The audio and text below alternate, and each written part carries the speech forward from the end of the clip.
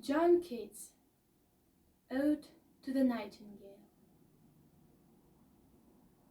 My heart aches, and a drowsy numbness pains my sense, as though of hemlock I had drunk, or emptied some dull opiate to the drains. 1 minute passed, and Lethe watts had sunk. 'Tis not through envy of thy happy lot, but being too happy in thine happiness, that thou, light-winged dryad of the trees, in some melodious plot of beechen green and shadows numberless, singest of summer in full-throated ease. Oh, for a draught of vintage that hath been cooled a long age in the deep delved earth, tasting of flora and the country green, dance and provincial song and sunburnt mirth. Oh, for a beaker full of the warm south, full of the true, the blushful hippocrene, with beaded bubbles winking at the brim and purple-stained mouth, that I might drink and leave the world unseen, and with thee fade away into the forest dim. Fade far away, dissolve, and quite forget what thou among the leaves hast never known, the weariness, the fever, and the fret.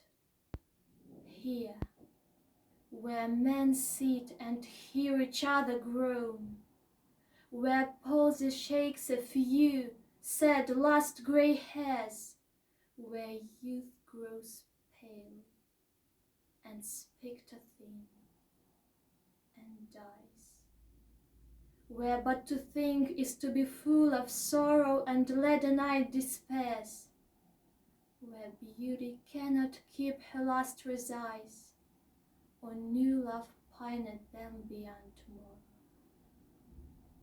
Away, away, for I will fly to thee not charioted by Bacchus and his pots, but on the viewless wings of poesy, though the dull brain perplexes and retards, already with thee, tender is the night, and haply the queen moon is on her throne, clustered around by all her starry face, but here there is no light, save what from heaven is with the breezes blown through verdurous glooms and winding mossy ways.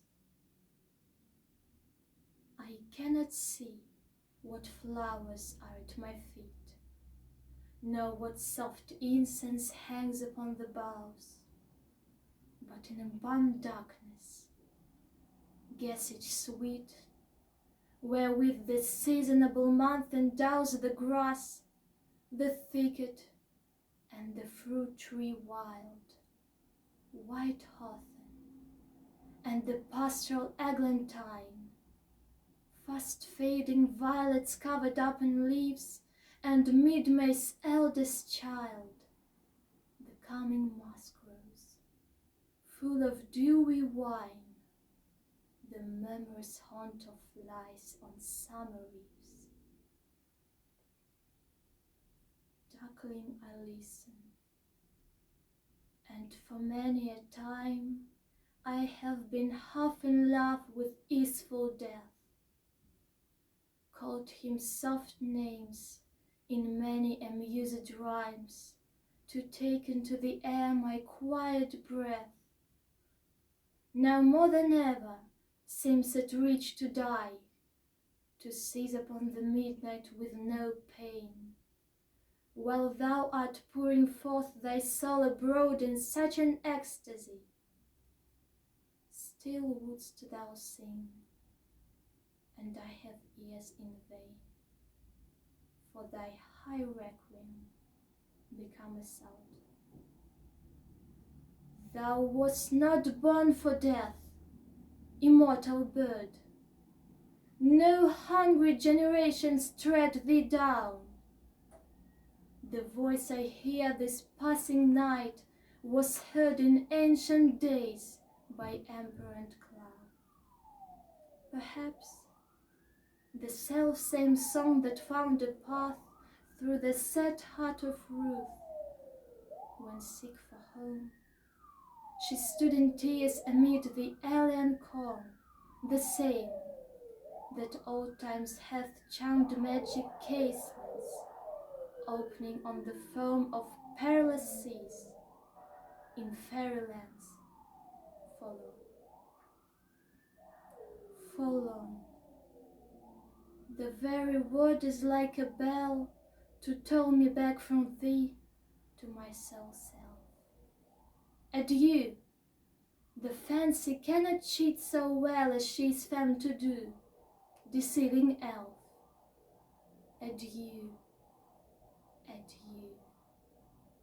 Thy plaintive anthem fades past the near meadows, over the still stream, up the hillside, and now 'tis buried deep in the next valley glades. Was it a vision or a waking dream? Fled is that music. Do I wake?